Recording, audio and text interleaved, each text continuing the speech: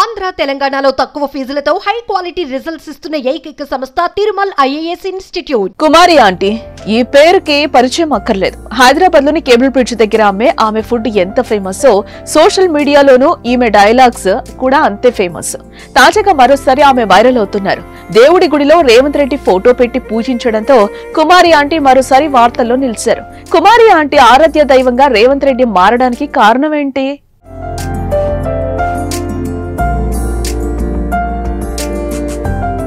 మీ bill మొత్తం 1000 రూపాయలు 2 లివర్లు extra అనే డైలాగ్ తో సోషల్ మీడియాను షేక్ చేసిన కుమారి ఆంటీ తర్వాత పెద్ద సెలబ్రిటీ అయిపోయింది. దీంతో కుమారి ఆంటీ ఫుడ్ స్టాల్ కు రద్దీ అనూహ్యంగా పెరిగిపోయిందని చెప్పుకోవచ్చు.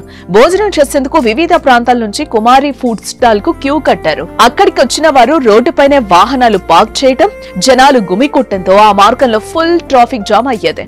స్థానికులు ఫిర్యాదు చేయడంతో కుమారి ఆంటీపై పోలీసులు కేసు నమోదు చేశారు. ఫుడ్ స్టాల్ అక్కడి నుంచి తీసేయాలని నోటీసులు సైతం ఇచ్చారు.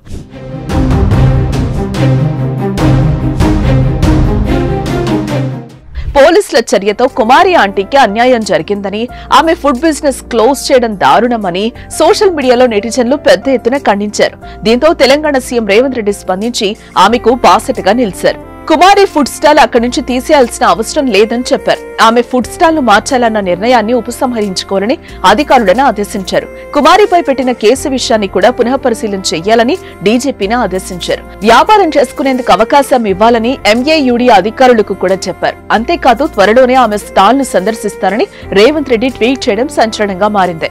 సీఎం ట్వీట్ తో ఆమె క్రేజ్ మరింత పెరిగిపోయింది. ఆ క్రేజ్ తో ఏపీలో రాజకీయ పార్టీలు కూడా ఆమెను ఎన్నికల్లో ప్రచారానికి దించారు. తర్వాత టీవీ షోలు, సీరియల్స్ లో కూడా ఆమెకు అవకాశాలు దక్కాయి. సినిమా వాళ్లు సైతం ప్రమోషన్స్ కోసం ఆమె షాపు కెగబడ్డారు. ఇలా తన ఎదుగుదలకు కారణమైన రేవంత్ రెడ్డి మేలును కుమారి ఆంటీ గుండెల్లో పెట్టుకుని దేవుళ్లా కొలుస్తున్నారు. ఆ రోజు రేవంత్ రెడ్డి ట్వీట్ చేయకపోతే కుమారి ఆంటీ షాపు పోలీసులు తీసివేసేవాళ్లు. మళ్లీ కొత్త చోటుకు వెళ్లి వ్యాపారం చేయాల్సి వచ్చేది. ఇంత డిమాండ్ వస్తుందో రాదో కూడా తెలీదు. అందుకే రేవంత్ రెడ్డి ఫోటోను దేవుడి గుడిలో దేవుళ్లు పక్కన పెట్టుకుని మరీ కొలుస్తోంది.